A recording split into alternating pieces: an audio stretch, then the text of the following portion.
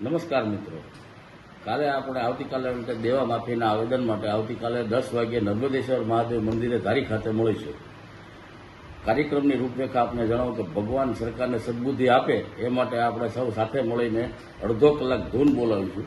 ત્યારબાદ જે ગામના આવેદન બાકી દેવાના હોય તે મામલતદાર કચેરી ખાતે આપણે સૌ સાથે મળીને આવેદન પાઠવીશું. ત્યારબાદ આપણે મુખ્યમંત્રી તથા કૃષિમંત્રીને સ્પીડ પોસ્ટ દ્વારા આવેદનોનો કાર્યક્રમ આપવાનો કાર્યક્રમ કરીશું. તમામ ખેડૂત મિત્રો અને સરપંચશ્રીઓને બહોળી સંખ્યામાં હાજર રહેવા વિનંતી. ધારી તાલુકાના 18 વરણના ખેડૂતો તેમજ સરપંચો આવતીકાલે તારીખ 4/11/25ના રોજ સવારે 10 કલાકે સરકાર સામે વ્યાજબી માંગણી સાથે વિવિધ કાર્યક્રમો કરશે.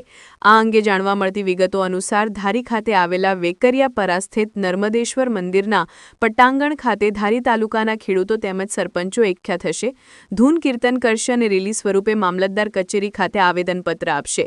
આ કાર્યક્રમ સ્વયંભૂ ખેડૂતો દ્વારા રાખવામાં આવેલ છે. બિન રાજકીય કાર્યક્રમની રૂપરેખા મુજબ ખેડૂતો સ્વયંભૂ જોડાશે. જુઓ હવે આ કાર્યક્રમની સંપૂર્ણ માહિતી. નમસ્કાર મિત્રો, કાલે આપણે આવતીકાલે દેવા માફીના આવેદન માટે આવતીકાલે 10 વાગ્યે નર્મદેશ્વર મહાદેવ મંદિરે ધારી ખાતે મળીશું.